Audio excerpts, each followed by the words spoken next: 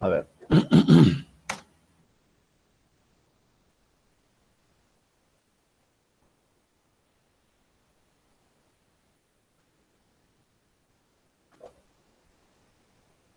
¿Se ve la pantalla, por favor? ¿Me avisan?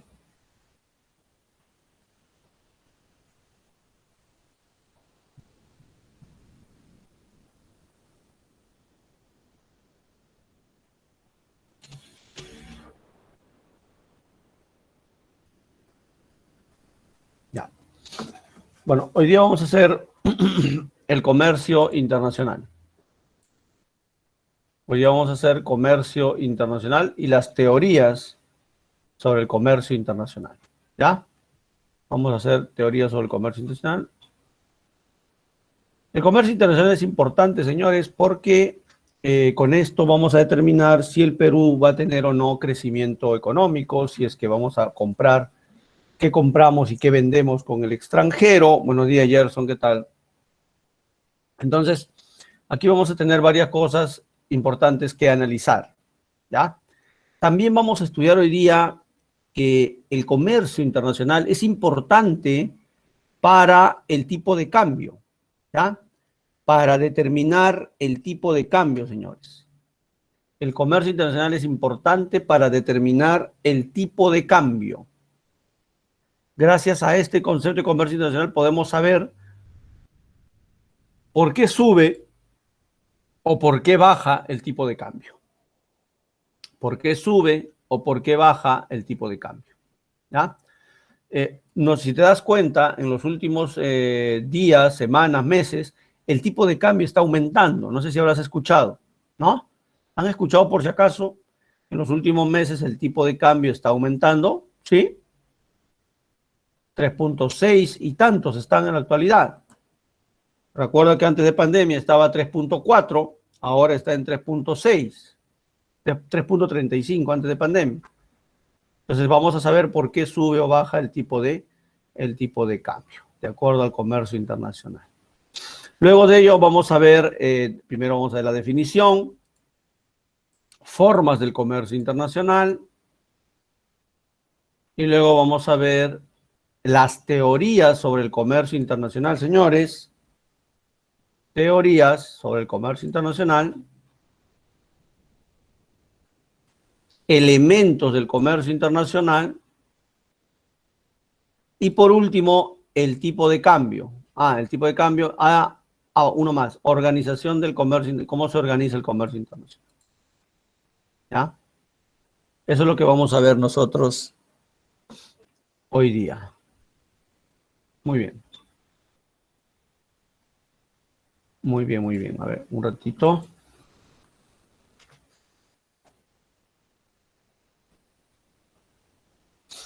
A ver, un momentito.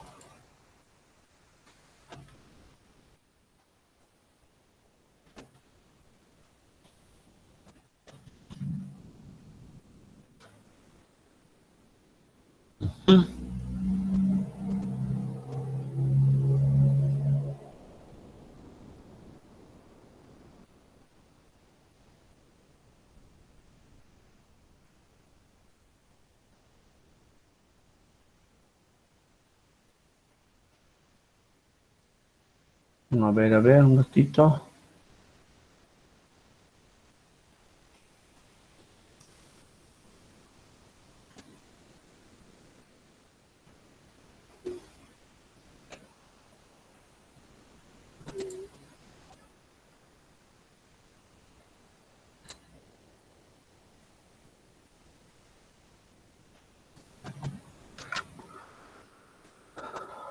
A ver.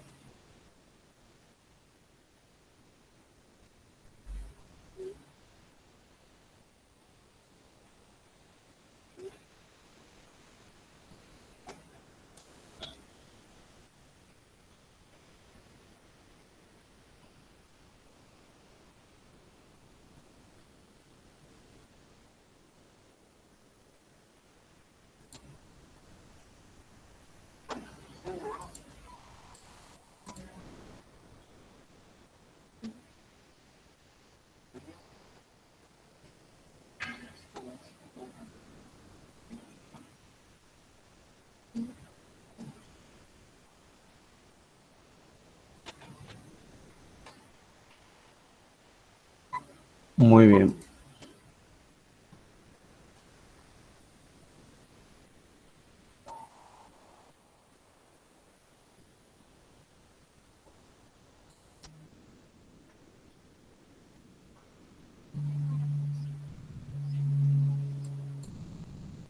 Vamos a ver un videito aquí muy interesante, ¿ya? Sobre la economía, el comercio internacional en la década de los 90, ¿ya? Cómo fue la economía, las exportaciones, las importaciones en la época de los 90, finales de los 80 e inicios de los 90. A ver, me avisan por favor si se ve. ¿Se ve, señores? ¿Se ve? Me avisan, por favor. Ya, ahí vamos a ver. Mira, aquí dicen, acá hay 4 economistas peruanos renombrados, reconocidos, reputados, que van a explicar esta parte importante.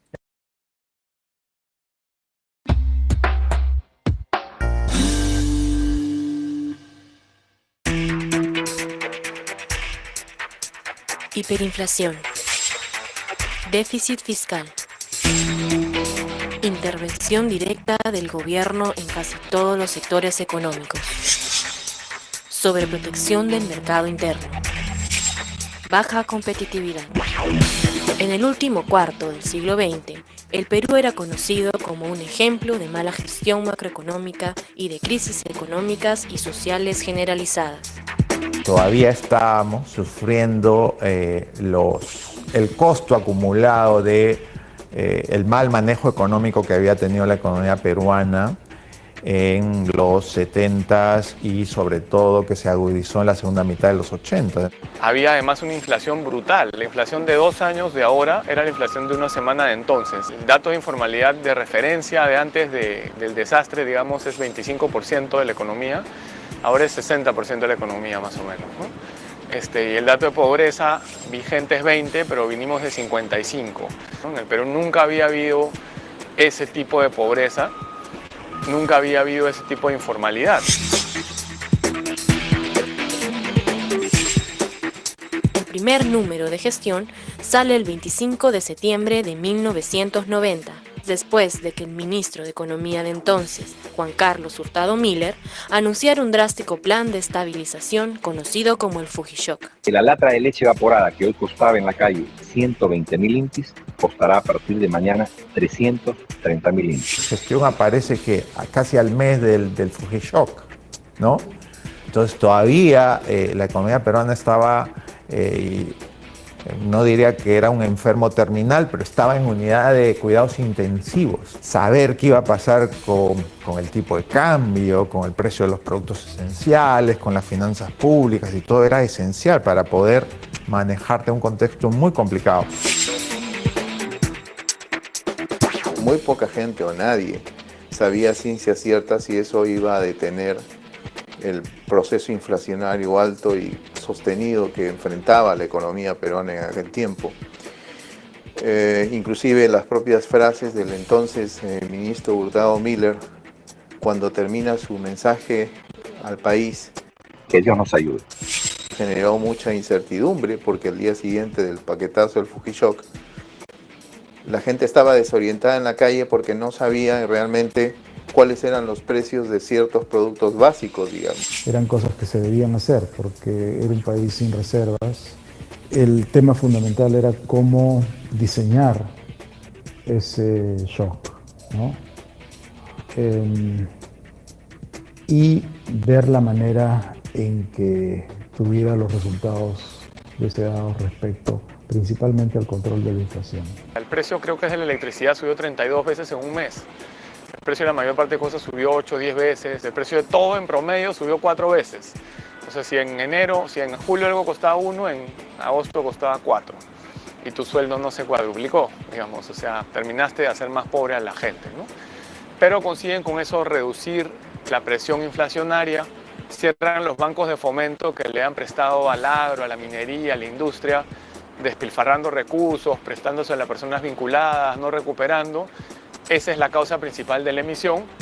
pasan la ley orgánica del BCR, cambian la constitución después en el 93, el BCR solo ve precios y no puede prestarle al Estado y es mucho más autónomo de lo que jamás había sido, entonces la inflación empieza a reducirse, ¿no? La única otra alternativa es usar otra ancla para controlar la inflación y esa ancla tenía que ser el ancla monetaria.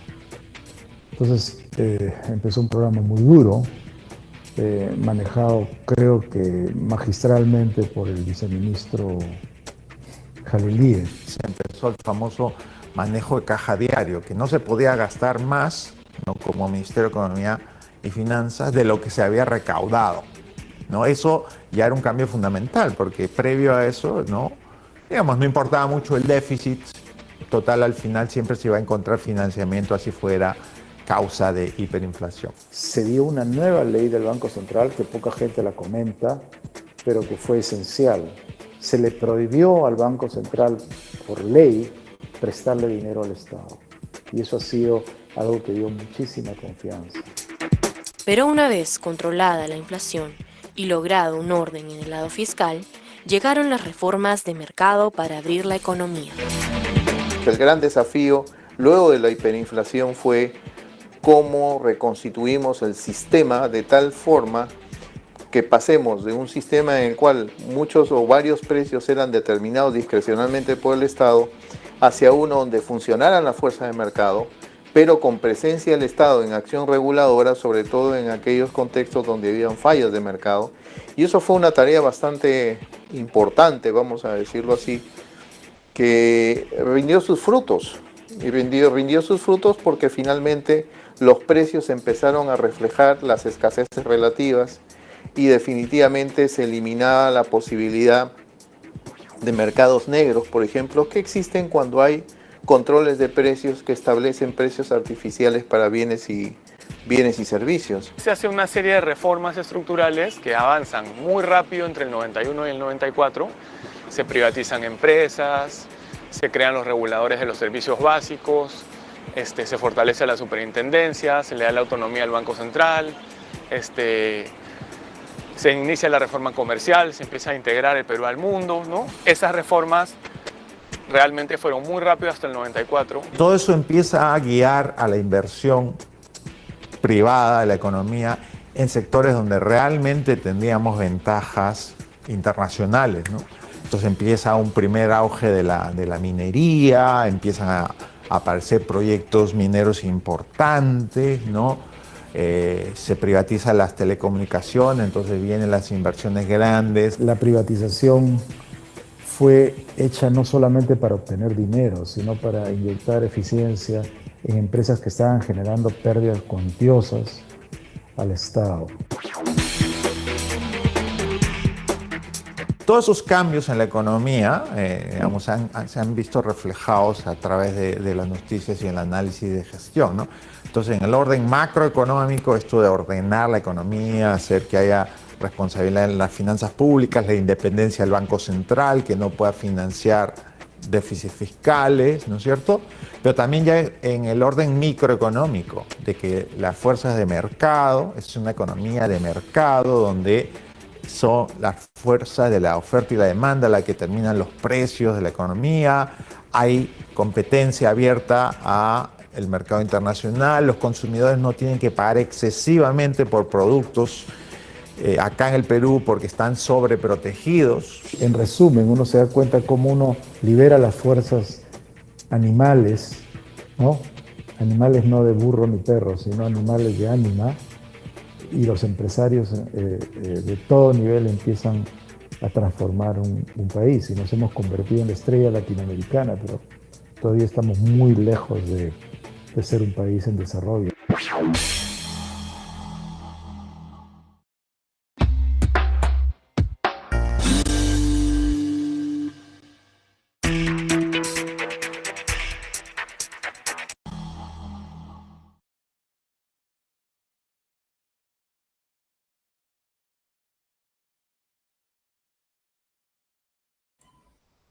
Muy bien. Muy bien, muy bien. Ya, ese es el Perú. en los años, inicios de los 90, ¿sí? Ya habrán podido notar pues que hubo un problema grave, ¿no? Con respecto a la inflación. Primero era controlar los precios, ver que hay una estabilidad en los precios, y posteriormente ya nos preocupamos por la compra y venta, por la oferta y la demanda, para que el mercado peruano se expanda, no solamente a nivel nacional, sino también a nivel internacional. Estos 4 economistas muy importantes, son economistas importantes del Perú, han podido explicar de manera detallada qué ha ocurrido pues, en la economía peruana en esos años. ¿Y por qué es importante entender esto? Porque antes de los 90, las exportaciones peruanas, es decir, el comercio internacional, era una economía peruana incipiente. Prácticamente no había exportaciones. En otras palabras, importábamos más de lo que exportábamos.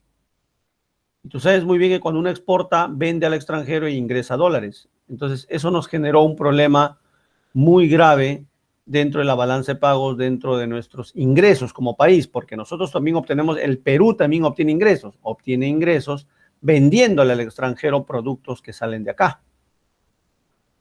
Si importamos productos, sale dinero del Perú, pues. Si exportamos, ingresa dinero al Perú. Entonces, el comercio internacional antes de los 90 era restrictivo, restringido, había trabas para comerciar con el extranjero. Algunos productos se podían importar, otros no, algunos productos se podían exportar, otros no, era un problema grave.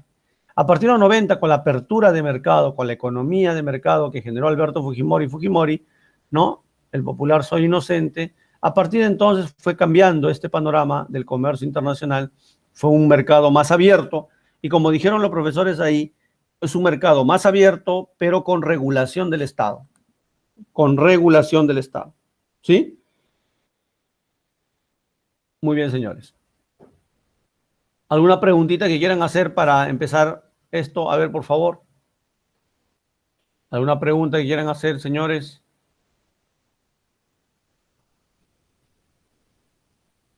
¿No hay preguntas? ¿Están ahí o se han ido al baño?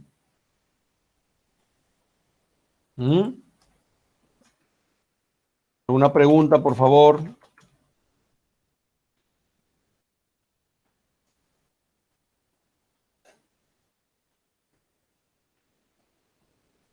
Las regulaciones, Omar, se deja a libre mercado, libre oferta y demanda el mercado, pero el Estado debe regular. Por eso se crean los organismos reguladores.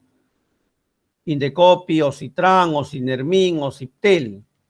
O sea, es decir, yo tengo una empresa llamada Telefónica y ella vende celulares y telefonía móvil a mucha gente, ahora redes de internet y todo esto, ¿no? O sea, todo eso puede vender Telefónica.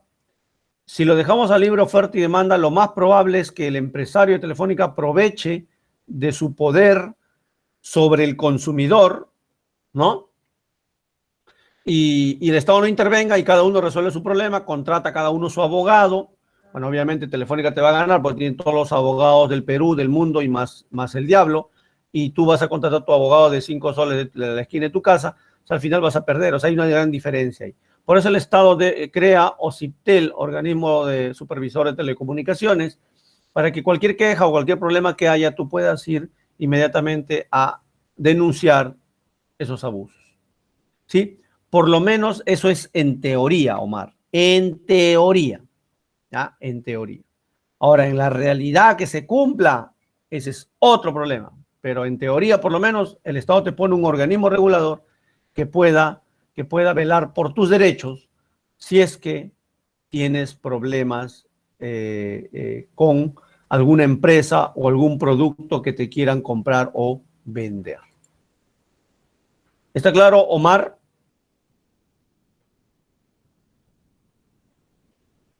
Muy bien.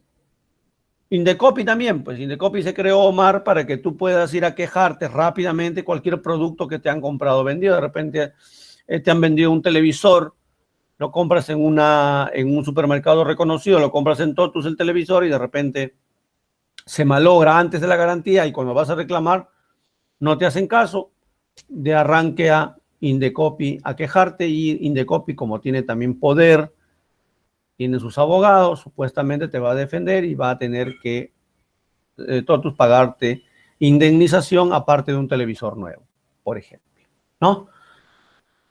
Muy bien, a eso se refiere con regulaciones, Omar. Muy bien, si no hay otra pregunta, continuamos entonces. El comercio internacional es el intercambio de bienes y servicios de un país con el resto del mundo. Es el intercambio de bienes y servicios de un país con el resto del mundo. ¿Ya? ¿Por qué comerciamos con el extranjero? Porque nosotros necesitamos satisfacer la demanda interna. ¿Por qué comerciamos con el extranjero? ¿Por qué tenemos que comprar y vender productos del extranjero? Porque nosotros comerciamos con el extranjero porque tenemos que satisfacer la demanda interna. Demanda, ya sabe que es consumidor, interno es del país. Quiere decir, tenemos que satisfacer todas las peticiones que quiera la población del Perú. Por ejemplo, si yo quiero laptop, el Estado tiene que permitir que en el Perú se importen laptops. Si yo quiero celular, el Estado tiene que permitir que en el Perú se importen celulares. ¿Te cuenta? O sea, la demanda interna necesita algo, por lo tanto, el Estado tiene que facilitar el comercio internacional para que eso ocurra. Formas del comercio internacional, señores. A ver, acá hay que aclarar algo. Jóvenes, cuando uno exporta, presente con esto, cuando uno exporta al extranjero es porque uno está vendiendo. Exportar es vender al extranjero. Cuando le vendemos minerales, papa y otros productos al extranjero, eso es exportar. Y cuando nosotros exportamos, hay un ingreso, lo voy a poner de un color diferente, hay un ingreso de divisas. Hay un ingreso de divisas. O sea, en otras palabras, en vez de divisas, para llamarlo de manera general, divisas es el conjunto de dinero que se utiliza para el comercio internacional. Bueno, hay varias, ¿no? Ahorita vamos a ver eso. Pero vamos a ponerle ingreso de dólares, ¿ya? Para que se entienda más claro. El dólar es una divisa. Hay otros también, como el euro, por ejemplo. Entonces, si yo exporto, estoy vendiendo al extranjero. Si yo vendo al extranjero, me pagan en dólares, ingresa dólares al Perú. Eso es bueno, eso es bueno. Es como tu ingreso, tu ganancia, ¿no? Importar, señores, importar es vender al extranjero. Importar es vender al extranjero. Importar es vender al extranjero. Perdón, importar es comprar del extranjero. Disculpe. Importar es comprar del extranjero. Yo importo laptop, estoy comprándole a los chinos laptop, a los norteamericanos estoy comprando laptop. Estoy importando. Importar es comprar.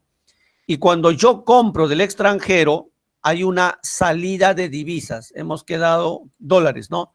Una salida de dólares, salida de divisas. ¿Ya? Entonces, exportar, vender y por lo tanto ingresa dólares. Importar, comprar del extranjero, por lo tanto sale dólares. Muy bien. Las exportaciones es la venta, ya les he dicho. Existen dos tipos de exportaciones, las no tradicionales y las tradicionales. Las no tradicionales son las que han aparecido a partir de los últimos años, los años 90, finales de los 90, inicio del año 2000, ¿no? Espárragos, páprica es parecido a la jipanca, ¿ya? Páprica, espárrago, camu camu es una fruta de la selva que es 2-3 veces más ácido que el limón común, camu, uvas, mango papaya, arándanos, palta. Esas son las exportaciones no tradicionales.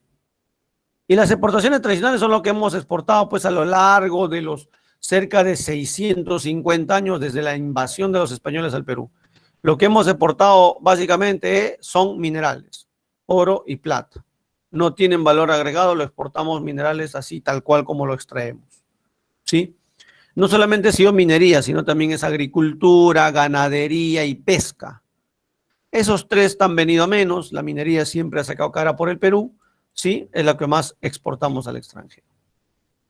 ¿Qué cosa es lo que más importamos, señores, del extranjero? Lo que más importamos son bienes intermedios. Bienes intermedios, también conocido como insumos. Señores, lo que más importamos del extranjero son los insumos. Señores, lo que más importamos del extranjero son los insumos, señores. ¿Ya? Los insumos. Profesor, ¿a qué se refiere con insumos? A ver, jóvenes. Por ejemplo, en Gamarra se produce ropa, pantalones, camisas, polos. Pero yo te pregunto, los insumos, los bienes intermedios que se usan para producir camisas, pantalones y polos, ¿de dónde lo importamos? ¿De dónde lo traemos? No se produce eso en el Perú. Esos insumos, bienes intermedios, lo importamos de China. La tela es china. El cierre es chino.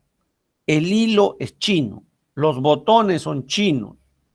La bolsa con que vas a poner el pantalón son chinos. La máquina es chino. Los trabajadores son chinos. El dueño es chino. Y todos comen chifa. O sea, todos los bienes intermedios, los bienes, los insumos, la mayor cantidad de ellos, lo importamos, señores. ¿Ya? Los insumos para la producción, nosotros lo importamos del extranjero. ¿Sí? La mayor cantidad de insumos. ¿Ah? En el caso de Gamarra, como te digo, casi todo, la tela, la tela, el cierre, el hilo, la aguja, las máquinas, todo lo importamos de China. Lo que el Perú más importa al extranjero son bienes intermedios, insumos. Y luego vienen los bienes de capital, que vienen a ser las máquinas, ahí están las máquinas. Nosotros no producimos tractores, aviones, helicópteros, compramos eso del extranjero. Y los bienes de consumo sí lo importamos poquísimo porque aquí casi todo se produce. Bienes de consumo casi producimos todo aquí. Bienes de consumo me refiero yo pues a leche, azúcar, pan, arroz, ¿no? A eso me refiero. ¿Ya? Eso sí lo compramos, eso sí lo producimos en gran cantidad. Acá veamos un cuadrito de las exportaciones. Productos tradicionales. Exportamos 16.324.000 productos tradicionales entre enero y agosto, ¿ya? Entre enero y agosto. ¿Ya? Y los productos tradicionales, es decir, oro y plata, minerales, bueno, y los no tradicionales es casi la mitad, 7.316.000, ¿no? O sea, como te digo siempre, lo que más exportamos al extranjero son minerales. Bienes de consumo, exportamos cerca de 5.000 millones, poco. Bienes de capital, 6.000 millones, también poco. Pero insumos, eso es lo que exportamos en más cantidad. Mira, acá están los números. 9.719.000 dólares importamos de insumos. ¿Sí? Lo que exportamos en total es 23 millones aprox y lo que importamos son 21 millones. La diferencia entre lo que exportamos y lo que importamos es positivo. Y eso es bueno para el Perú porque ingresa más de lo que sale. Es 2.291.000. Eso es la balanza comercial. Ah, profesor, usted me está diciendo que en la balanza comercial se ve la diferencia entre exportaciones e importaciones. En efecto, señores. Vamos a verlo eso más adelante con detalle. Muy bien. ¿Hasta aquí alguna pregunta, señores, por favor? ¿Hasta aquí alguna pregunta? Háganlo con confianza, por favor. O si no, digan, por favor, ya continúe o algo así, ¿no? A ver, por favor.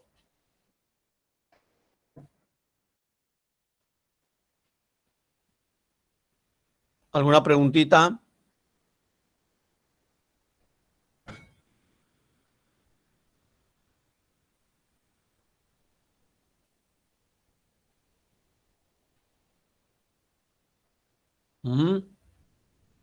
¿Alguna pregunta, por favor? ¿Hay alguna pregunta? Ya, muy bien.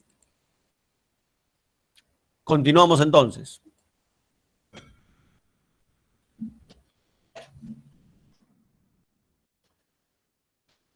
Las teorías del comercio internacional. Las teorías del comercio internacional, señores. ¿Ya? A ver, vamos a ver. Vamos a ver qué sale con respecto a las teorías del comercio internacional.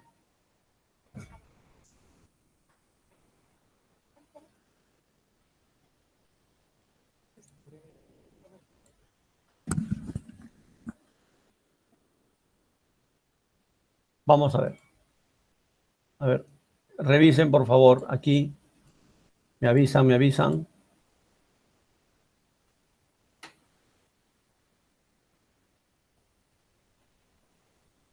¿Se ve, no? Se ve ya, muy bien. A ver, rapidito. Adam Smith habló de las ventajas absolutas. Esa es la primera teoría de las ventajas absolutas. Dice que un país puede exportar aquel bien en el que posee ventaja absoluta. La ventaja absoluta está determinada entonces en los siguientes términos. El número de horas hombre empleadas para producir un determinado bien es inferior a la cantidad de horas hombre que se requieren para producir ese mismo bien en otros países. Entonces, pongamos un ejemplo. Supongamos que hay dos países, Costa Rica y Brasil, que producen dos bienes, zapatos y bananos. En términos de la teoría de Adam Smith, entonces, la cantidad de trabajo que se requiera en cada país es lo que determina su costo. Smith se basó en una teoría llamada la teoría del valor trabajo. Entonces, aquí podemos ver la cantidad de horas hombre que son necesarias para producir cada unidad de producto en cada país. Diríamos, por ejemplo, que se requieren 10 horas hombre para producir un zapato en Costa Rica. Y se requieren 25 horas hombre para producir un zapato del mismo tipo en Brasil. Por su parte, diríamos que se requieren 20 horas hombre para producir una determinada cantidad de banano en Costa Rica y se requieren 12 horas hombre para producir esa misma cantidad de banano en Brasil. Visto entonces de esta manera, de acuerdo con los planteamientos de Adam Smith, cuando observamos los datos de la cantidad de horas de trabajo que se requieren para producir zapatos en Costa Rica y en Brasil, nos encontramos con que Costa Rica tiene ventaja absoluta en la producción de zapatos. Se requieren menos horas hombre para producir un zapato en Costa Rica que en Brasil. Por su parte, si observamos los datos de los costos relacionados con la producción de banano, nos encontramos con que se requieren menos horas hombre para producir una determinada cantidad de banano en Brasil que en Costa Rica. Por lo tanto, Brasil tiene la ventaja absoluta en la producción de banano. En consecuencia, Costa Rica exporta zapatos a Brasil y Brasil exporta banano hacia Costa Rica. Ahora, ¿qué pasaría en este otro caso? Tenemos que se requieren 80 horas hombre para producir un zapato en Costa Rica, 120 en Brasil, 90 horas hombre para producir esta cantidad de banano en Costa Rica y 100 horas hombre en Brasil. De acuerdo con esto, Costa Rica tendría la ventaja absoluta en la producción de zapatos y Costa Rica tendría también la ventaja absoluta en la producción de banano.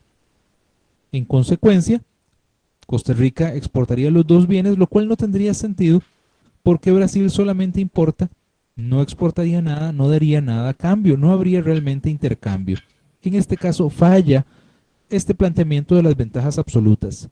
Entonces David Ricardo viene y mejora esta forma.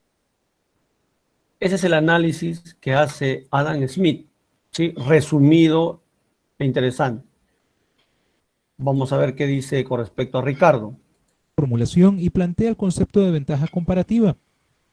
Un país puede exportar entonces aquellos bienes en los cuales posee ventaja comparativa, es decir, aquellos en los bienes que puede producir a un costo relativo más bajo comparado con el resto de los demás países.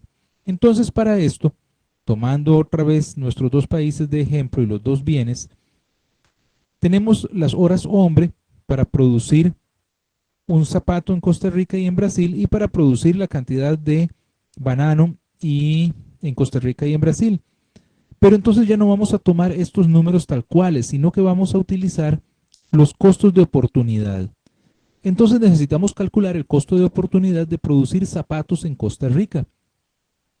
Recordemos que si Costa Rica produce zapatos, sacrificaría su producción de banano. Por lo tanto, el costo de oportunidad sería de 80 sobre 90, lo cual nos daría 0.89. Ese sería entonces el costo de oportunidad de un zapato en Costa Rica, es decir, se sacrificarían 0.89 unidades de banano para producir zapatos. Por su parte, el costo de oportunidad en Brasil sería de 120 sobre 100, lo cual sería 1.2. Si calculamos el costo de oportunidad de la producción de banano, sería de 90 sobre 80 para Costa Rica, que nos da 1.13, y para Brasil de 100 sobre 120, que nos da 0.8. Con base en estos datos, podemos observar entonces que el costo de oportunidad de la producción de zapatos es más bajo en Costa Rica que en Brasil. Costa Rica tiene entonces ventaja comparativa en la producción de zapatos. Y si comparamos los costos de la producción de banano, encontramos entonces que Brasil tiene ventaja comparativa en la producción de banano, porque su costo de oportunidad es inferior al de Costa Rica. En consecuencia, entonces, Costa Rica exporta zapatos y Brasil exporta banano. En este ejemplo, originalmente teníamos que Costa Rica tenía ventaja absoluta en la producción de los dos bienes, pero en términos de ventaja comparativa no. Así entonces, un país nunca va a tener ventaja comparativa en la producción de todos los bienes. Siempre va a tener ventaja comparativa en la producción de un bien, pero no en la del otro, excepto que los costos de oportunidad sean exactamente los mismos, en cuyo caso no vale la pena el intercambio. Pero siempre que hayan diferencias de costos, entonces el comercio va a ser beneficioso para ambas partes. Muchas gracias. Le invitamos a... Jóvenes, ¿qué tal? A ver, por favor, me responden. Son como 34, 32, creo. ¿Qué tal? ¿Se entendió o no? A ver, por favor.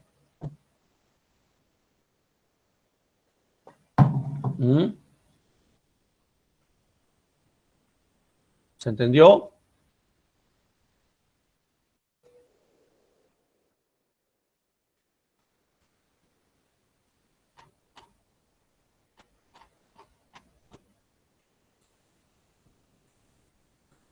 Muy bien. A ver, miren, señores, yendo ya de frente a la cuestión. La ventaja absoluta tiene que ver cuánto se demora uno o qué tanto trabajo te cuesta hacer. ¿Ya? A ver, aquí. Mira, por ejemplo, Costa Rica y Brasil. Costa Rica se demora 10 horas para producir zapatos y Brasil se demora 25 horas.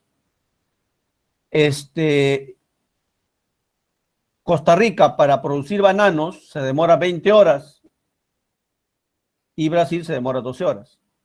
Haciendo las comparaciones entre Costa Rica y Brasil, es obvio que quien se demora menos es más eficiente, es más productivo. Ese debería exportar el producto. Brasil no. Costa Rica, porque Costa Rica lo hace en menos tiempo y además más barato también, ¿no? Entonces Costa Rica debe especializarse en producir zapatos.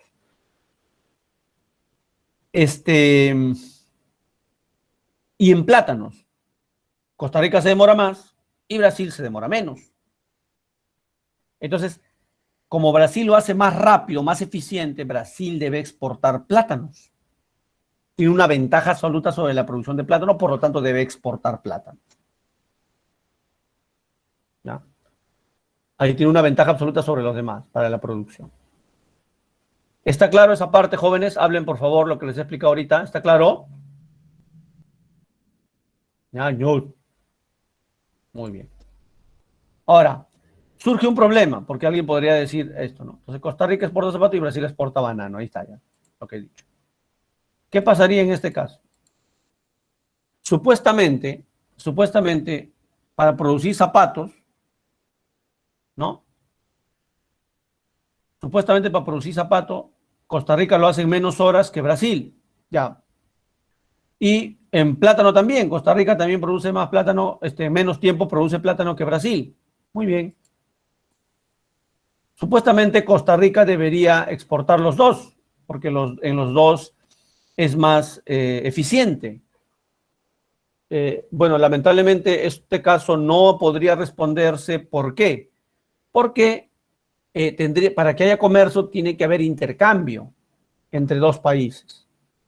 Profe, entonces, ¿cómo se resolvería este problema? Adam Smith no resuelve este problema. Se lo va a pasar a su sucesor, David Ricardo.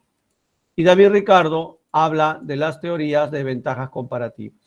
Un país va a exportar aquel bien en el que posee una ventaja comparativa que tiene que ver con los costos. ¿Qué es una ventaja comparativa?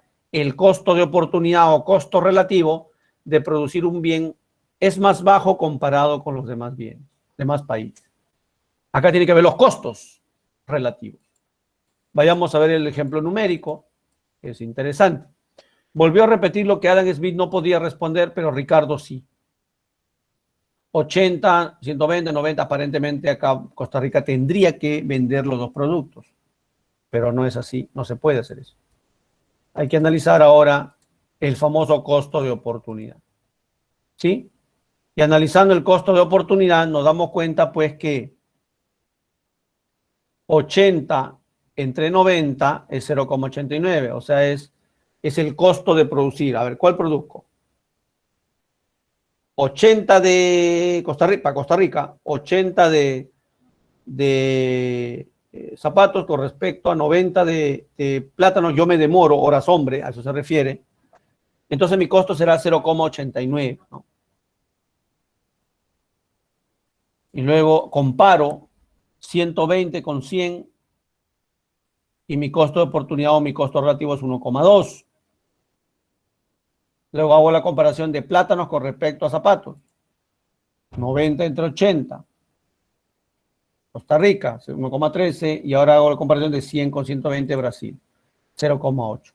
Ahora sí, una vez comparando los costos, ¿para quién es más barato? ¿Para Brasil o para Costa Rica? Obviamente para Costa Rica.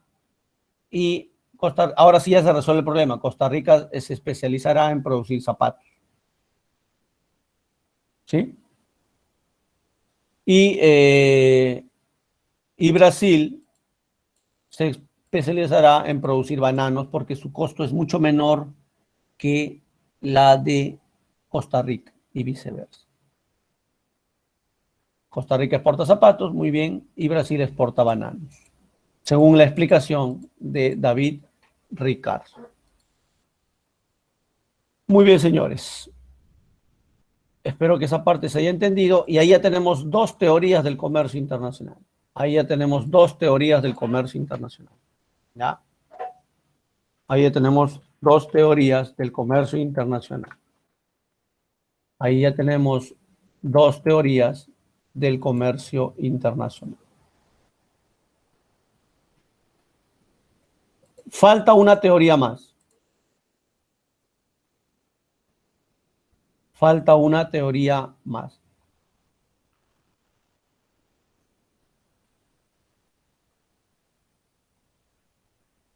Falta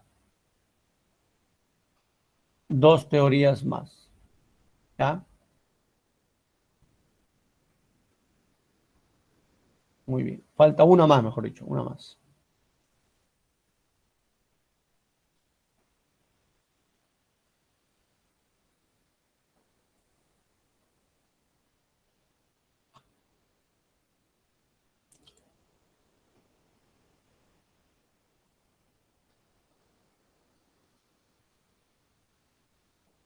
Falta una más.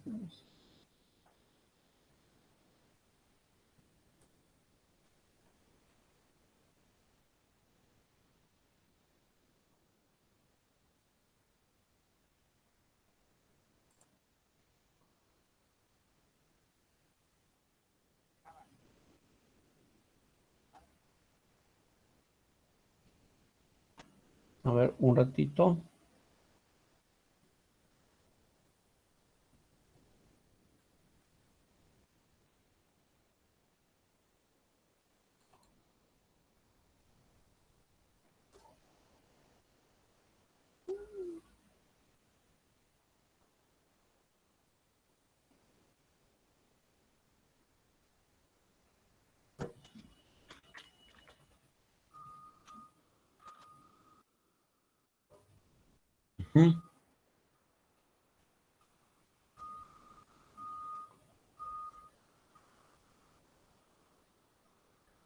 Ya, bueno, vamos a colocar esto para que podamos ver la teoría de las ventajas comparativas.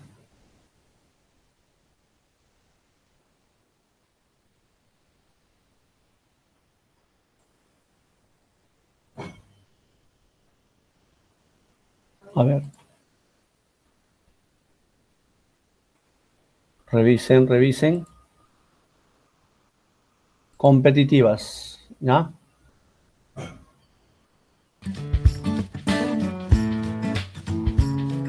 Se ve, ¿no? Se ve, muchachos, me avisan.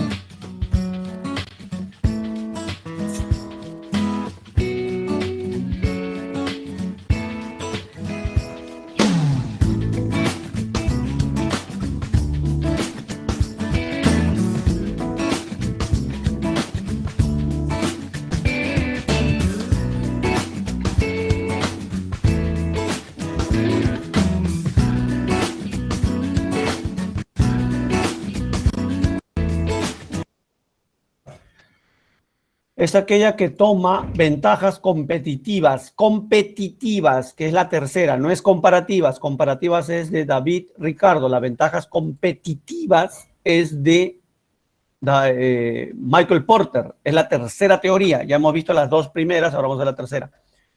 ¿Y qué dice las ventajas competitivas? Es aquella que toma acciones ofensivas o defensivas para crear una posición defendible en una industria, con la finalidad de hacer frente con éxito y generar retorno sobre la inversión. Lo que te está diciendo es que hay competidores, nosotros tenemos que trabajar con ello también, tenemos que ver cómo podemos ir quitando del camino a nuestros competidores bajo costos, bajo los enfoques de costos.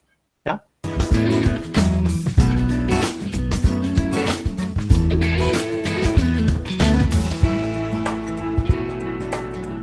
¿Cómo te vuelves más competitivo? Esa es la pregunta. ¿Y cómo me vuelvo yo más competitivo? Vamos a ver.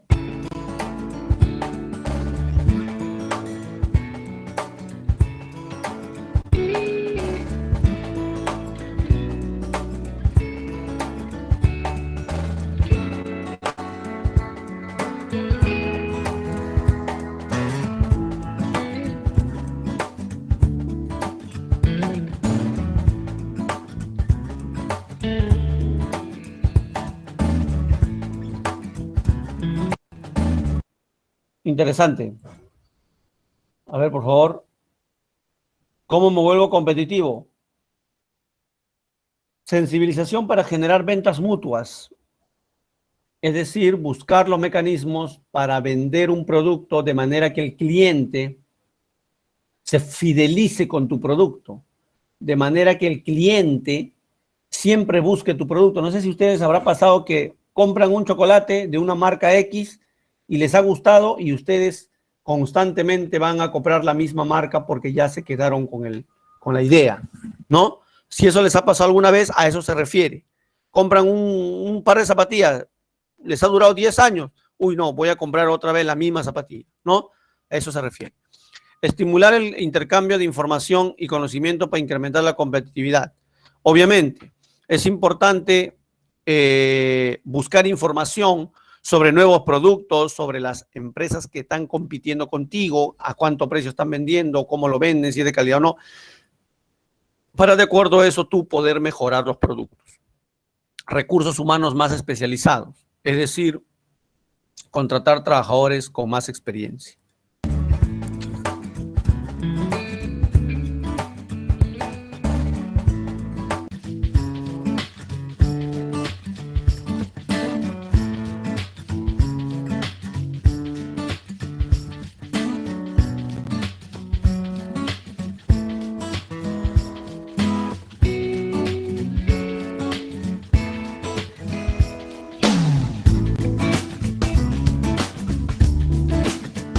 Tienes que tener 3 tipos de ventajas competitivas, señores. 3 tipos de ventajas.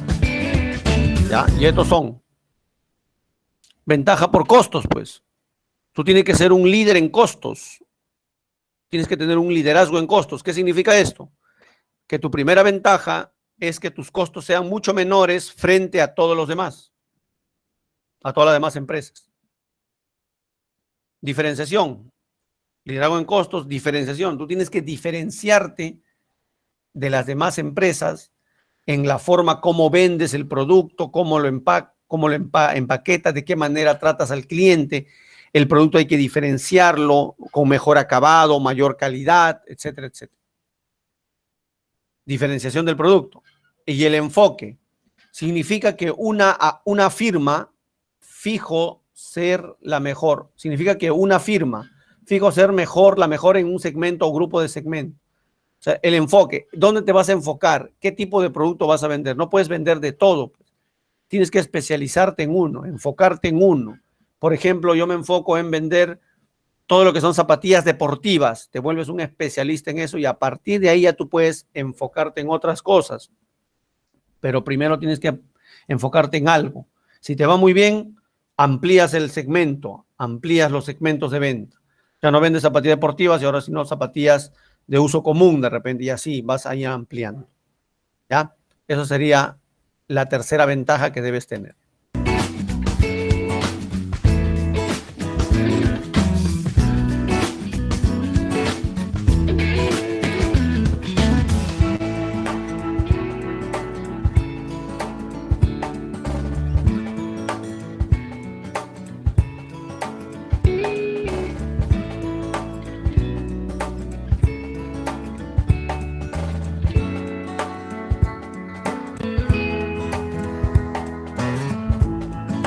Bueno, lo más importante sería que tenga bajos costos, ¿no? Eso sería uno de lo más importante, lo que tienes que tener en cuenta. Buscar costos bajos para poder producir y vender a un precio más barato. Y de esa manera eres competitivo. Puedes tener una de las tres o las tres ventajas si quieres, pero con una suficiente para empezar.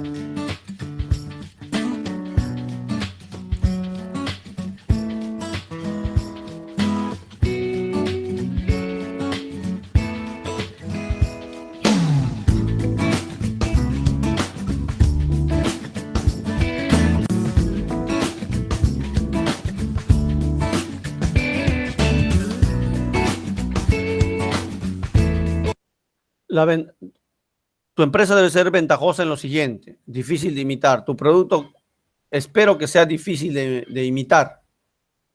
Sostenible en el tiempo, o sea, que siempre lo vendas y la gente no deje de comprar. Netamente superior a la competencia. Tienes que buscar que tu producto sea superior a la competencia para que de esa manera tengas clientes fieles. ¿Ya? Y pueda ser flexible y lo puedan utilizar cualquiera, situaciones variadas.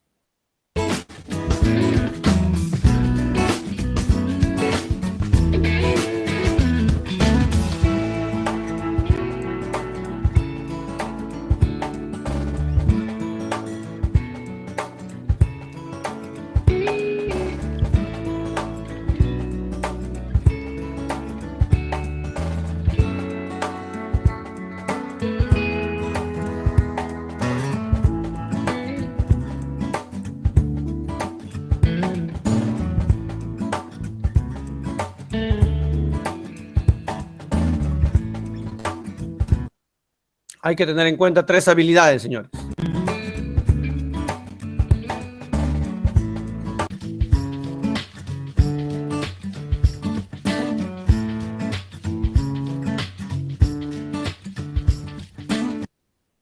Actitud para vender el producto, capacidad de hacerlo y muchos conocimientos, jóvenes. Es importante los conocimientos en una empresa.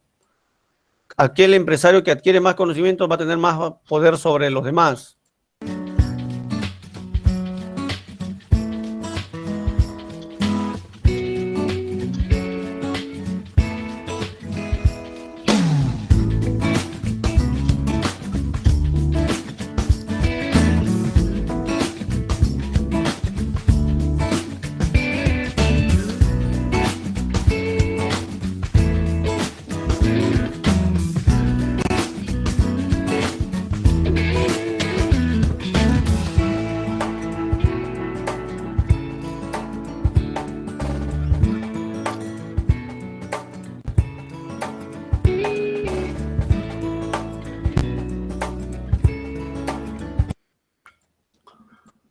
Muy bien. Las ventajas competitivas tienen que ver con cuestiones como los costos, ¿no? Tienes que ser líder en eso, líder en costos, tienes que diferenciarte, tu producto tiene que ser diferenciado de los demás y además tienes que enfocarte básicamente en algún producto específico para que puedas vender, ¿ya? Esa sería la teoría de las ventajas competitivas de Michael Porter.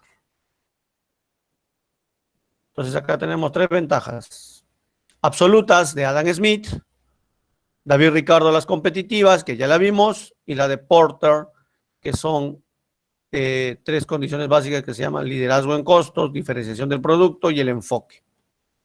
Michael Porter. 3 teorías. Elementos del comercio internacional. Bueno, para los elementos del comercio internacional tenemos las divisas. Las divisas son dinero que se usa para el comercio internacional. Y lo que se usa para el comercio internacional son dólares, euro, libra esterlina, esta forma de M rara, y Y de yuan, yuan de Japón. Esas 4 monedas junto con el yuan, el yen es de Japón, perdón, el yen es de Japón y el yuan es de China. Junto con esa moneda conforman las divisas. Tú puedes comerciar con el extranjero con esas divisas, no con otras. No se puede comerciar con el sol ni con el peso, no. Con dólares, euros, yen o libra esterlina. Reservas internacionales son el ahorro de todos los peruanos. Ya, las reservas internacionales son los que tiene el Perú. ¿En qué tenemos reservas, señores? El Perú tiene reservas en oro, en plata, en dólares y en euros. En eso tenemos reservas. ¿Ya? Muy bien. ¿Qué son derechos especiales de giro? Los derechos especiales de giro son préstamos que te hace el Fondo Monetario Internacional cuando tengas problemas en tu balanza de pagos. En otras palabras, es el derecho que tenemos nosotros de que el Fondo Monetario Internacional nos preste dinero para la estabilidad financiera del país. Ya hemos visto que en los últimos años nuestra balanza de pagos ha sido positivo y por lo tanto no hemos hecho uso de los derechos especiales de giro. Pero si la balanza de pago es negativo, quiere decir exportamos menos de lo que importamos, entonces sí tenemos que pedirnos prestado dinero del Fondo Monetario Internacional. ¿Ya? Esos serían los derechos especiales de giro. Los derechos que tiene el Fondo Monetario Internacional para prestarnos dinero cuando tenemos problemas de balanza de pagos. ¿Qué es el tipo de cambio? Eso lo vamos a ver ya terminando la clase, ¿ya? Esto lo voy a dejar al último. Ahí está acá, hasta acá. Todo esto lo voy a dejar hasta el último, ¿ya? Ahí está. Muy bien. Ahora vamos a analizar la Organización del Comercio Internacional. ¿Qué es la aduana? La aduana es el encargado de supervisar que los productos o los bienes y servicios que entren y salgan del Perú estén legalmente registrados. La aduana hace un control a los bienes y servicios que ingresan y salen del Perú. ¿Ah? Bienes sobre todo. El arancel es un impuesto a las importaciones. El arancel es un impuesto a las importaciones. El arancel, señores, es un impuesto a las importaciones. Cuando uno va a importar del extranjero productos, tiene que pagar el importador aranceles, impuestos, jóvenes. ¿Ya? Entonces, eso es el arancel, impuesto a las importaciones. Muy bien. ¿Qué es un arancel ad valorem específico? ¿Qué es un arancel ad valorem y específico? ¿Ya? Eso es lo que usted mira. Arancel ad valorem y arancel específico. Los dos tipos de aranceles. Ahorita vamos a ver uno por uno, ¿ya? Arancel ad valorem y arancel. Es impuesto a las importaciones, ¿ah? Pero vamos a ver a qué se refiere con ad valorem específico y ad valorem y aranceles específicos. Muy bien. A ver, vamos a ver. Atentos, por favor, señores.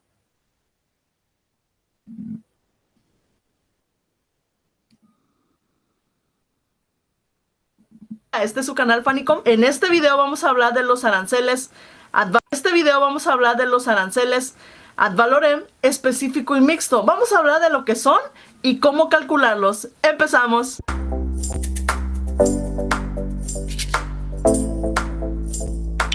Bueno, pues primero lo primero, el arancel es un impuesto que se debe de pagar en cada importación o exportación y de esta manera podemos proteger la producción nacional. ¿Qué es el impuesto al valor? Bueno, este impuesto es uno de los más favoritos y más utilizados. Se dice que se utiliza alrededor del 90% de las transacciones de comercio. El impuesto al valor aplica para importación y exportación y es una imposición en forma de porcentaje y sobre el valor de transacción del bien, ya sea un mueble o inmueble. Este arancel viene a ser aplicado al valor del producto una vez incluidos los costos, fletes y seguros. Un ejemplo, un bien tiene un 10% de arancel al valor. La mercancía tiene un valor de 100,000 pesos. Lo que tendríamos que hacer para calcular el impuesto al valor, vamos a multiplicar 100,000 pesos por 0.10% y nos va a dar un total de 10,000 pesos.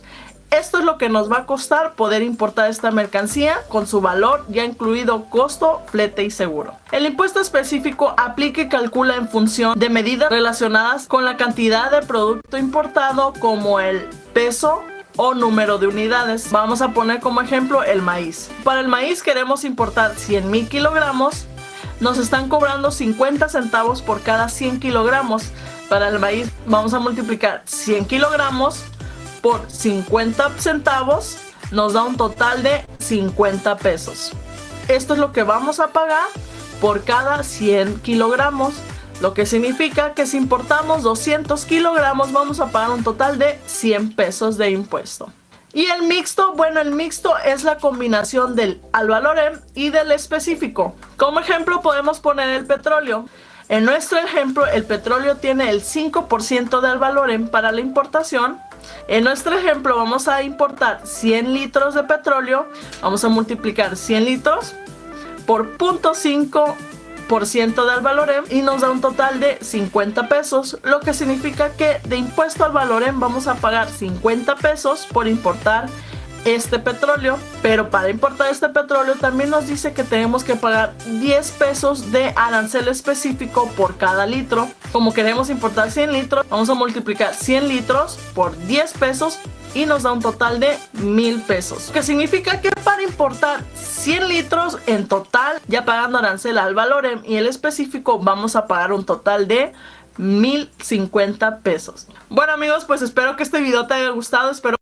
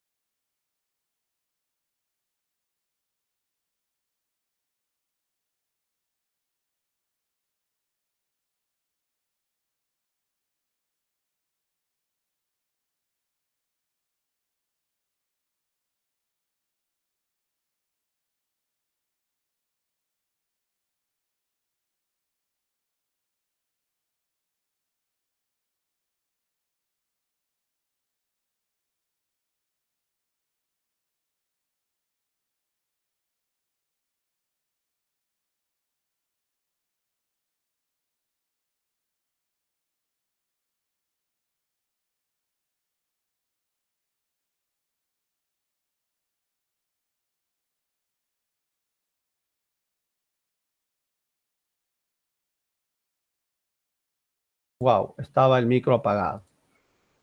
Arancel ad valorem. ¿Qué significa? Al valor de la mercancía, y arancel específico al volumen. Al volumen. ¿Ya? Yo compro un carro Lamborghini y cuesta $1.000.000, entonces yo le voy a poner un arancel ad valorem al carro Lamborghini que cuesta $1.000.000. ¿Sí? O sea, 1.000.000 por 10%. Eso es lo que voy a pagar arancel. El valor del carro. Pero arancel específico es al volumen o al peso. Yo he comprado 10 toneladas de ropa. No le voy a poner arancel al precio de la ropa, le voy a poner arancel al volumen. ¿Cuánto es las 10 toneladas? Lo voy a multiplicar por 0,5, por ejemplo, para sacarle cuánto voy a pagar de aranceles por volumen, por peso. Eso se llama arancel específico. ¿Ya? ¿Estamos claros, jóvenes? A ver, por favor, hablen.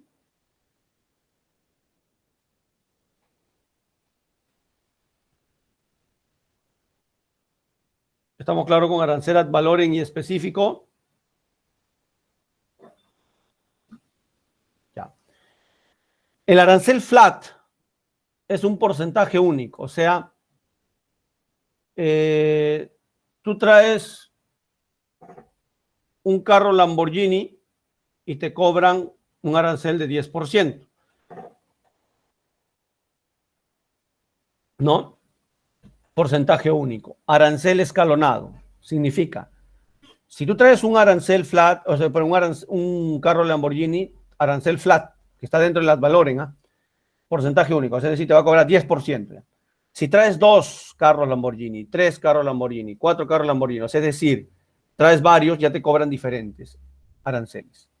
Para el primer carro pagarás 10%, para el segundo 15%, para el 20%, para el cuarto 30%. O sea, te van a ir cobrando diferentes aranceles porque traes más producto.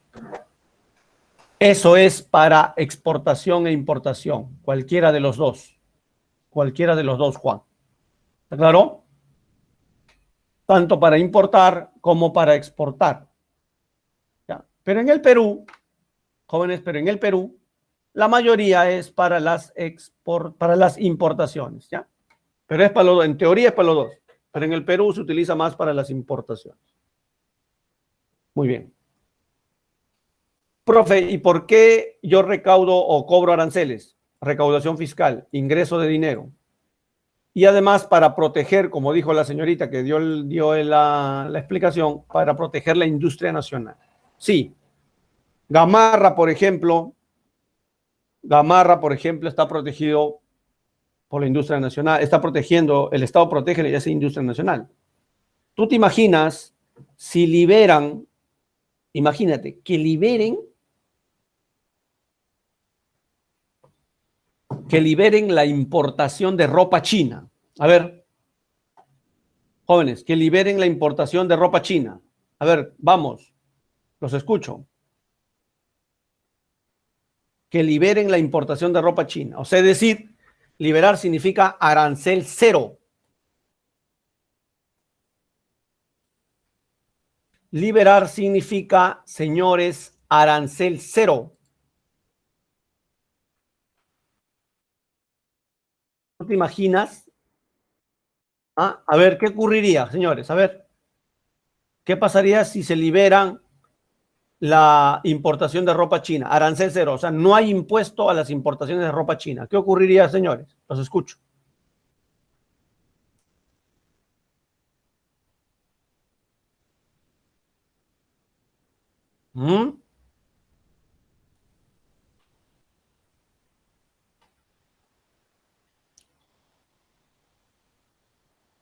A ver, los escucho.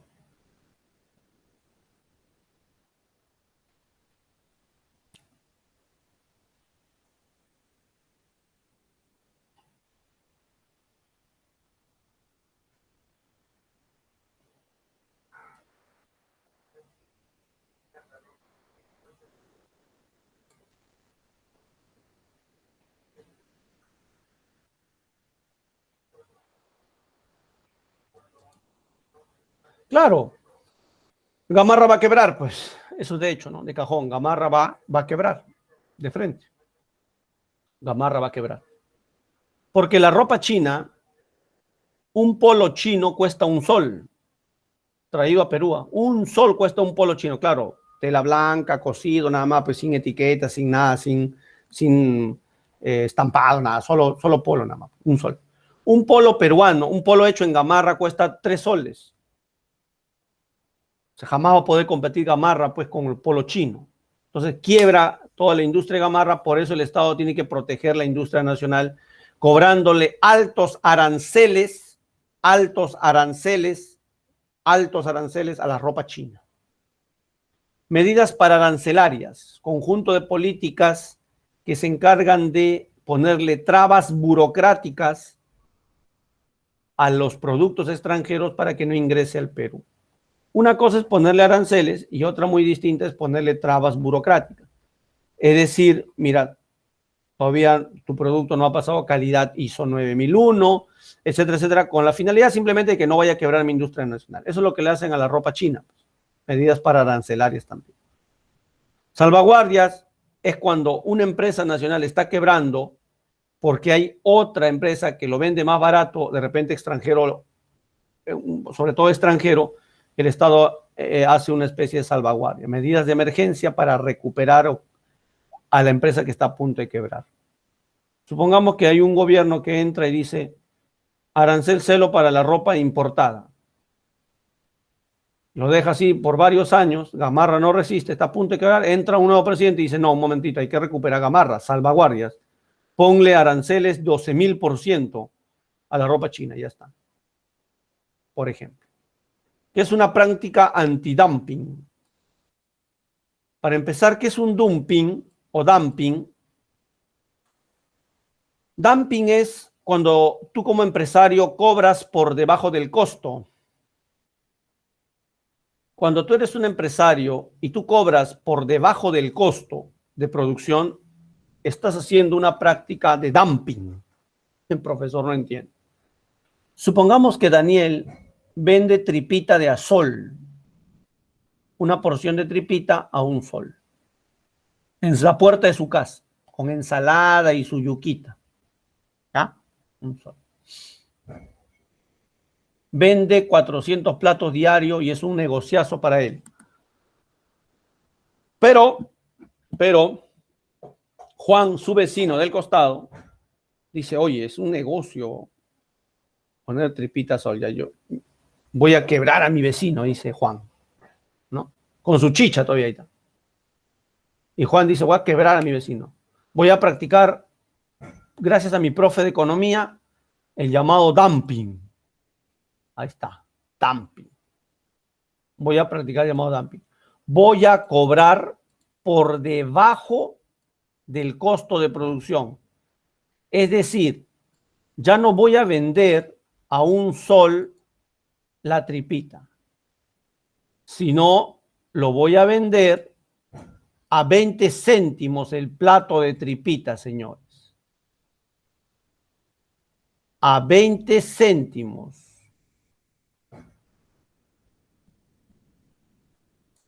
¿Ah? ¿Qué te parece? Si tú lo vendes a 20 céntimos, vas a quebrar a tu competidor porque no va a aguantar. Porque tú estás vendiendo un sol, tú lo vendes a 20 céntimos más su vaso de chicha todavía. Estás vendiendo por debajo del costo. No, ambos tienen el mismo sabor, la misma calidad, no, eso no es problema. Lo estás vendiendo por debajo del costo. Tu vecino no puede resistir esa competencia y simplemente quiebra, tú te quedas con el mercado. Una vez que el vecino quebró, tú subes los precios y sigues vendiendo y vendes tu tripita. Profesor, ¿eso es ilegal? Por supuesto que es ilegal. Está prohibido hacer ese tipo de prácticas desleales. Entonces, ¿qué cosa es un antidumping? Antidumping es cuando el Estado interviene para castigar a las empresas que hacen dumping, a las empresas que cobran por debajo del costo. ¿Ya? Eso es. Muy bien. Organismo Mundial del Comercio, la OMC. Si tú quieres importar, comprar o vender productos con el extranjero, para eso tienes la OMC, Organización Mundial del Comercio. ¿Sí? Esa te va a ayudar a apoyar para que no haya abuso en las empresas. ¿Solo aplica a grandes empresas? No, señores. Aplican a todas las empresas que tienen derechos, sean grandes o chicas, que tienen derechos a importar o a exportar. ¿Ya? Muy bien. ¿Está claro, Gerson?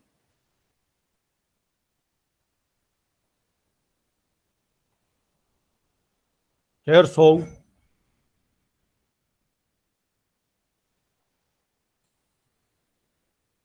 Ahora vamos a estudiar el tipo de cambio que lo dejé para el último. Ya voy a compartir mi pizarrita. Me avisan, por favor, si se ve ¿Se ve, señores? ¿Se ve? ¿Se ve? Hablen, por favor, jóvenes. Se callen. ¿Se ve o no se ve? En 4K, muy bien. En 4K, dice. Ya, pero esa es lógica. No. Vamos a hacer otra pizarrita más. Ya está. Ahora sí. Vamos a ver el famoso tipo de cambio. Hoy día vas a aprender por qué sube o baja el tipo de cambio, señores. Muy bien. ¿Qué es el tipo de cambio, profesor? Es el valor de una moneda expresado en otra moneda. Si un dólar vale 3 soles, es el valor de una moneda expresado en otra moneda. Ya, profe, y tengo mi gestión a la mano. Claro, muy bien. Diario gestión. Hay en internet, lo pueden ver todas las fechas. El tipo de cambio es el valor de una moneda expresado en otra moneda. Un dólar es igual a 3 soles.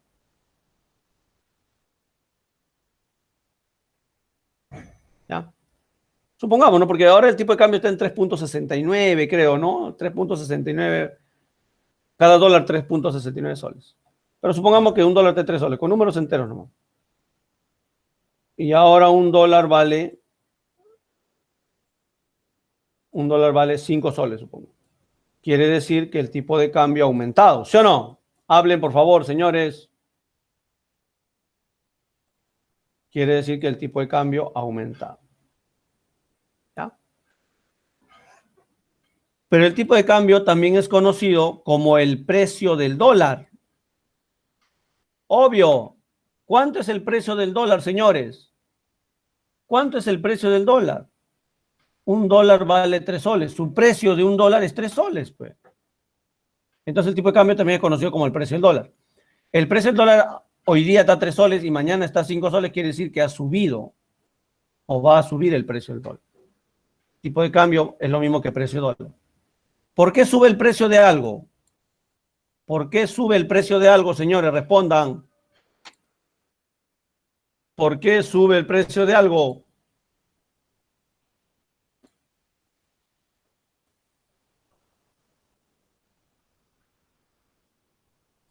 ¿Por qué sube el precio de algo? Claro, esa es inflación. Ya, pero ¿por qué sube el precio de algo? De cualquier cosa. ¿Porque hay pocos o muchos? ¿Por qué sube el precio de algún producto? ¿De algún producto? Claro, porque hay escasez. Acá subió el precio del dólar. ¿Por qué subió el precio del dólar?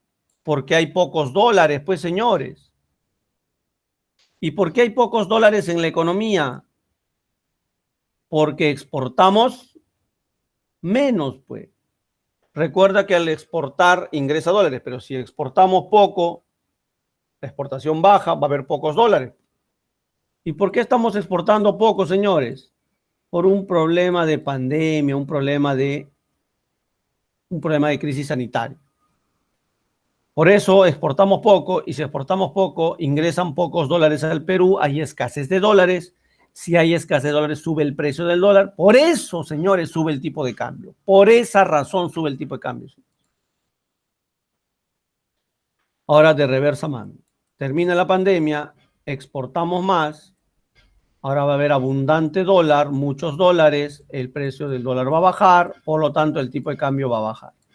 Y ahora, exagerando, un dólar va a estar 1 sol. ¿A quién le conviene que suba el tipo de cambio? Te voy a decir que le conviene a los exportadores. Y le conviene que baje el tipo de cambio a los importadores. ¿Por qué le conviene, profesor, que suba el tipo de cambio a los exportadores? Fácil. Acá voy a hacer un ejemplo. Perú, Estados Unidos. ¿Por qué le conviene a los exportadores que suba el tipo de cambio? Perú, Estados Unidos. Perú exporta a Estados Unidos un par de yanquis. Ojotas, pues, con lo que viniste de la provincia. ¿Te acuerdas o no te acuerdas con qué viniste? Un par de ojotas. Un par de yanquis. Perú le va a exportar eso a Estados Unidos. y el norteamericano le va a pagar al peruano por ese yanqui, solamente que exporte uno nada más, supongamos que exporta uno, le va a pagar por ese yanqui, le va a pagar $1. $1. ¿Ya? $1. Por un yanqui le va a pagar $1. Pero como tú eres peruano, a este tipo de cambio te van a dar 3 soles. Tú lo vas a cambiar, ¿no? Tu dólar lo vas a cambiar por 3 soles por dólar. Si sube el tipo de cambio, te van a dar, por el mismo dólar, te van a dar 5 soles. O sea, te van a dar más por el mismo dólar. Te van a dar más por el mismo dólar. Entonces tú dices, oye, me conviene. ¿Por qué me conviene? Porque voy a exportar más. ¿Ya? Por eso voy a exportar más, porque me van a dar más soles por dólar. En conclusión, si aumenta el tipo de cambio, voy a exportar más. Con eso, si te acuerdas, suficiente. Ahora les voy a enseñar con respecto al tipo de cambio. Tenemos 2 tipos de cambio. Tipo de cambio fijo y tipo de cambio flexible.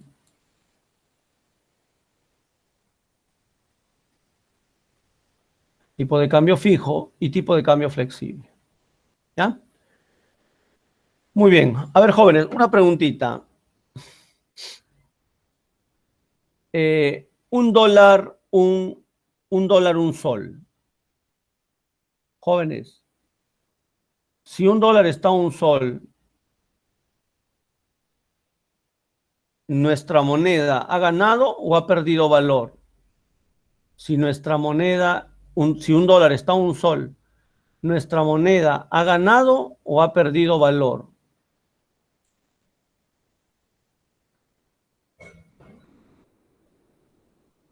¿Qué dicen ustedes? Si $1 está a $1, ¿nuestra moneda ha ganado o ha perdido valor?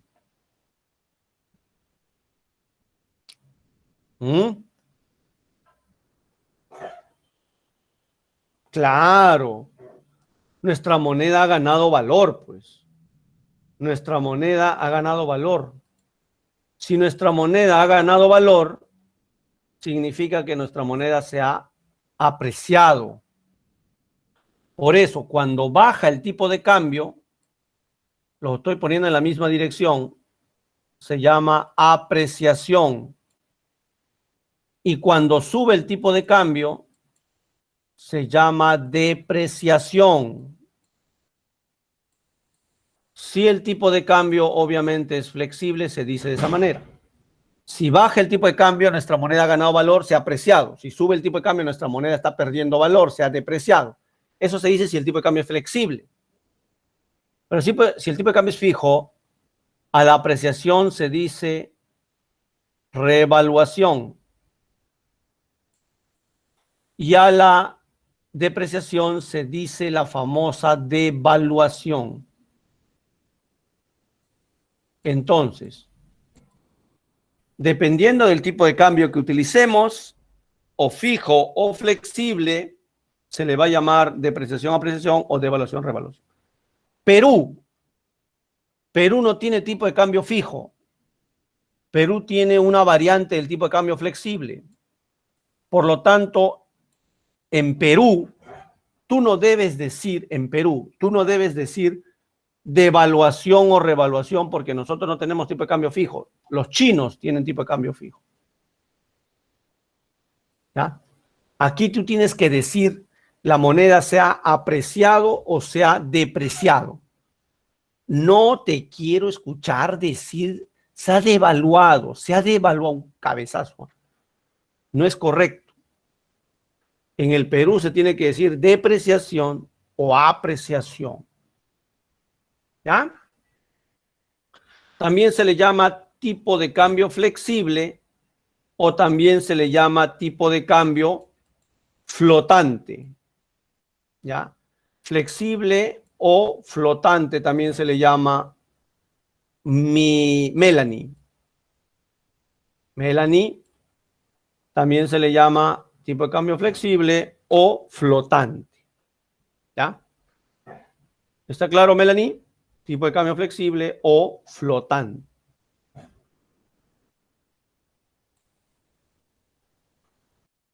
Así también se le llama. Tipo de cambio flexible o flotante.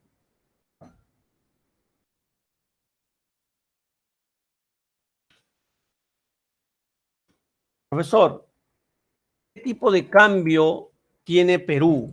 Estrictamente, ¿ah? Se parece al flexible, pero para ser más estrictos y claros, el Perú, que está dentro del flexible, ¿ah? El Perú tiene tipo de cambio de flotación sucia o administrada. El Perú tiene tipo de cambio de flotación sucia o administrada.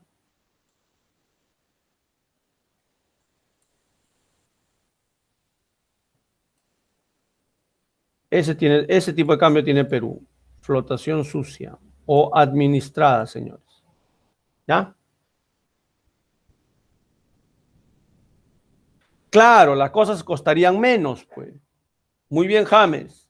Las cosas costarían menos y eso sería lo ideal. Pero recuerda que para que un dólar esté un sol, el tipo de cambio tiene que bajar. Pero para que baje el tipo de cambio, nosotros tendríamos que exportar más. Nosotros tendríamos que exportar más o igual que Estados Unidos. Para que el tipo de cambio, un dólar valga un sol, nosotros tendríamos que exportar igual o más que Estados Unidos. ¿Sí? ¿Está claro, jóvenes? Hablen. ¿Cómo se llama el tipo de cambio de Perú? Flotación sucia o administrada. Se parece a la flexible. Lo que pasa es que aquí el BCR interviene por momentos para modificar el tipo de cambio si es que hay un aumento o una disminución exagerada, ¿no? Entonces el BCR interviene para ponerlo en su sitio, como se dice. Para que no suba tanto, pero tampoco para que baje tanto, para que haya una estabilidad. Muy bien, jóvenes. Eso es con respecto a esto. Y ahora las clavículas. Pregunta 1. El dólar se apreció ante una mayor demanda de parte de los inversionistas institucionales. Si el dólar se apreció, o sea, el dólar ganó valor, si el dólar se apreció, nuestro tipo de cambio se ha depreciado. La lógica es al revés, ¿no? Si el dólar se apreció, el sol se ha depreciado. Es decir, el tipo de cambio ha subido. Si el dólar, ya sabes, ¿no? Cuando el tipo de cambio sube, es depreciación. Muy bien. 1C. 2. Si en la economía se devalúa la moneda nacional, entonces esto repercute en la economía a través de, si el tipo de cambio sube, le conviene a los exportadores. Clave C. Ahí está. 2C. 3. La captura industrial de anchoveta peruana comienza a ser una actividad de cierta relevancia en la década de los años 50. Desde entonces y hasta nuestros días, el principal destino de la pesca de la anchoveta ha sido la fabricación de harina de pescado. Bueno, eso es materia prima y exportación tradicional, lo que les dije, sector pesca. 3, enano. 4, el intercambio comercial entre el Perú y otros países se debe a ¿qué? ¿Por qué hay intercambio comercial? Diferencias en las posibilidades productivas, pues, ventajas comparativas, competitivas, absolutas. 4B. 5. Si el gobierno de un país con un tipo de cambio fijo a través de su Banco Central provoca la disminución del valor de su moneda, en comparación con el precio de la divisa, el dólar, disminución del valor, o sea, su moneda está perdiendo valor, devaluación. Cuando la moneda pierde valor se llama devaluación. 5, anuel. 6, representan ejemplos de ventaja competitiva. Competitiva, Michael Porter. Poco desarrollo de productos, alta productividad y costos más. ¿Alta productividad? Poco desarrollo, no. Esa no va con competitiva. Productos diferentes, o sea, diferenciación de productos, ¿te acuerdas? Correcto, verdadero. Productos homogéneos, no, diferenciación de productos. Productos fiables y de fácil acceso a precios inferiores que la competencia, no. ¿Ya? Productos fiables, también, perdón. Productos fiables de fácil acceso a precios inferiores que la competencia, claro, pues para competir con ellos, ¿no? Liderazgo en costos. Una empresa que utiliza una estrategia, muy bien. Natural no, tiene que buscarse una ventaja artificial de organización. 6, clave D. 7. Si X compra cobre del país Y luego le vende cables para electricidad, ¿se puede afirmar que X posiblemente tenga cobre? Sí. El cobre es exportación tradicional de Y, también verdadero. X importa de Y un producto no tradicional, claro, cobre es no tradicional. Perdón, falso. Cobre es un producto tradicional, ¿no? 7, anuel. 8. El país de una de las gastronomías más diversas del mundo, Perú, regresa por 6º año consecutivo a la Feria Internacional Seafood para mostrar el paiche, un pescado de carne blanca dirigido a alta gastronomía que solo se encuentra en la selva amazónica. Si aumentan los comensales de paiche, entonces aumentarán las exportaciones. Mayor serán las exportaciones. 9. Deriva de los intercambios de bienes, productos, servicios, incluso conocimientos de los habitantes. Comercio internacional. 9D. 10. Si afirmamos que ha habido una depreciación en el Perú, pero esta es menor que en otro país vecino, subió el precio del dólar. Nuestra moneda ha perdido valor. 11. Se establece un tipo de cambio fijo a la autoridad monetaria. El tipo de cambio fijo, la autoridad monetaria lo da el BCR, y tipo de cambio flexible es por la ley de la oferta y la demanda del mercado. 12. La 12, la D. Ejercicios de evaluación. 1, C, señores. 2, D, señores. 2, la D. 3, señores, enano. 4, avión. 5, casa. 6, Eguren. 7, Borges. 8, Eguren. 9,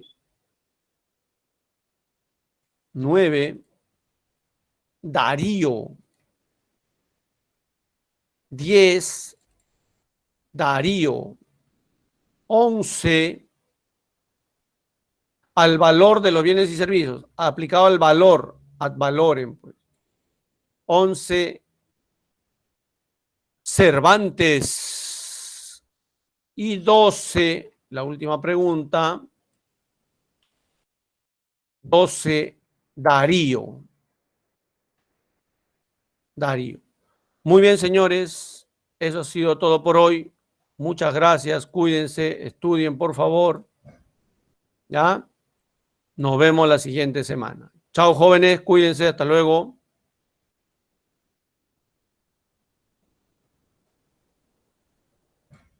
Cuídense.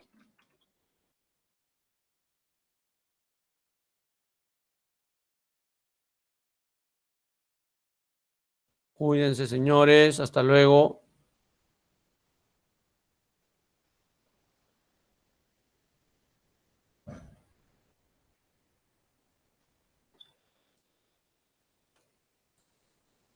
Cuídense.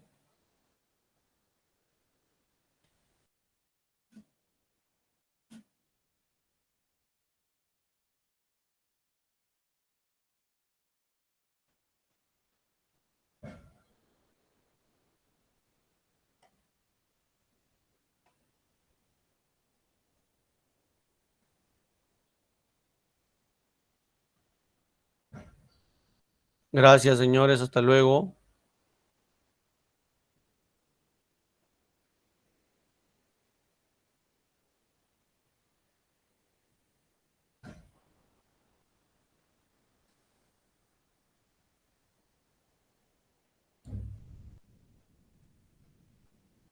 Gracias, gracias.